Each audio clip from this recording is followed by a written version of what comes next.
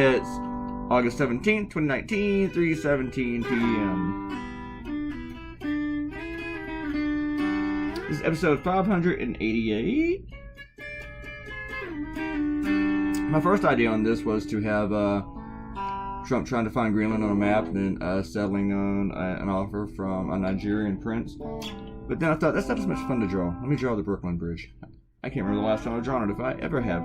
I also think this might be the only time, or the first time, I think it might be, that I've ever used Tickle Your Fancy in a cartoon.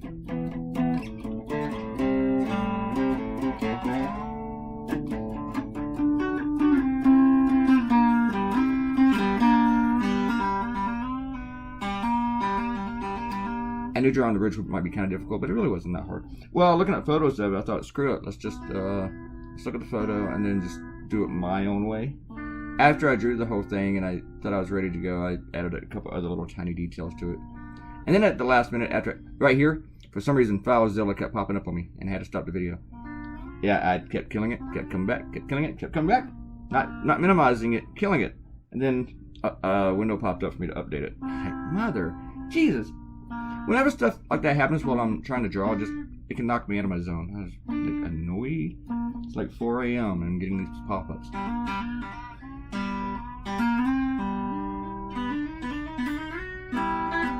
I use the FileZilla for Go Comics. That's how my cartoons get there. But yeah, this is really, really stupid. Donald Trump thinking about buying Greenland. I mean, it's not like the 1800s or even after World War II, and we looked into it previously. I mean, first off, can he find it on a map? Does he understand Denmark owns it? Does he understand the difference between Danish and Dutch? Does he understand Greenland isn't really green? And if he thinks it's a green, does he intend to drop his golf cart all over it? Also, where does he plan to get the money to buy Greenland? Is he going to finance it with Russia or Deutsche Bank? I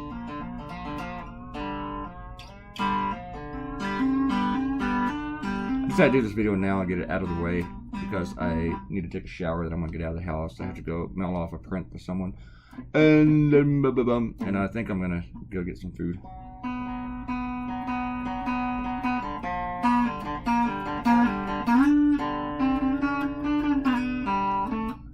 The thing I did at the last minute here, because it had just occurred to me, that, and I didn't record it, was to put all the watches on the guy. You'll see it at the very end. He has like 3 or 4 Rolexes on, fake Rolexes. Nobody has noticed that yet.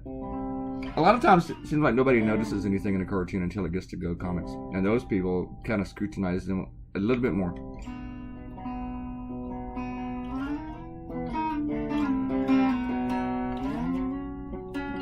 Also, Waldo's in this cartoon. He's on one of the windows. You got to look for him and find him.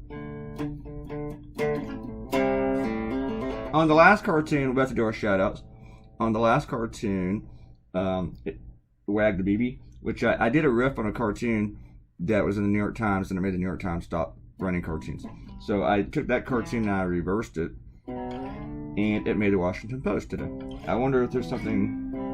Is it just irony? Maybe not irony, but I find it very interesting that I was doing a riff off of a cartoon that killed all cartoonists in the New York Times and the Post ran it. So my heart's more with Washington Post than the New York Times, and not just because they're one of my cartoons. TJ is talking about Rashida Tlaib doing bad politics. Talk about this guy's acquittal. She chose to scream, "We're going to impeach the motherfucker" publicly. I'm quoting somebody here, that's how I'll cuss. But seriously, dude. I don't care what she said about Trump. The president should not be using foreign policy to punish his political enemies domestically. It's BS. I almost said bullshit. See, this is back when we expected presidents to be adults. I know TJ doesn't really care for that because he's a Trump supporter. Also, really shouldn't have someone go to another country who has criticized that country. Donald Trump once hosted Muammar Gaddafi and let him literally pitch a tent on his property in New Jersey. In case you need a refresher or you're Republican, you just don't know, Muammar Gaddafi said a lot of nasty things about the United States. And also a few years ago, Netanyahu himself stood before Congress and did nothing but riff and crap all over Obama and tried to destroy his agenda, his initiative with the Iran nuclear deal. No matter how you feel about the Iran nuclear deal, Republicans invited a foreign leader to come over here and criticize the President of the United States policy, American policy. And now he's like, oh, we can't let these two congressmen come over here because they should chop the nugget up. Oh, wah.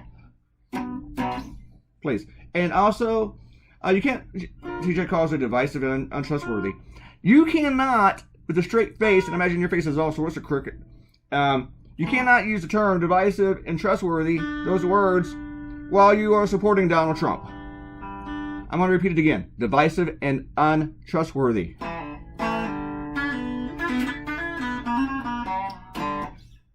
You know? Oh, we're almost done with that. I just give all my shout outs to TJ. Ariel says, maybe sort of comment, maybe sort of shout out. Amanda says, that was really cool of your colleague to do. This is a good cartoon, colleague who complimented me. And Amanda said, 2 ex-girlfriend shout outs in less than a week. You're on a roll, Mr. Jones. I don't remember the first one. Can I think of another one right now? I can't.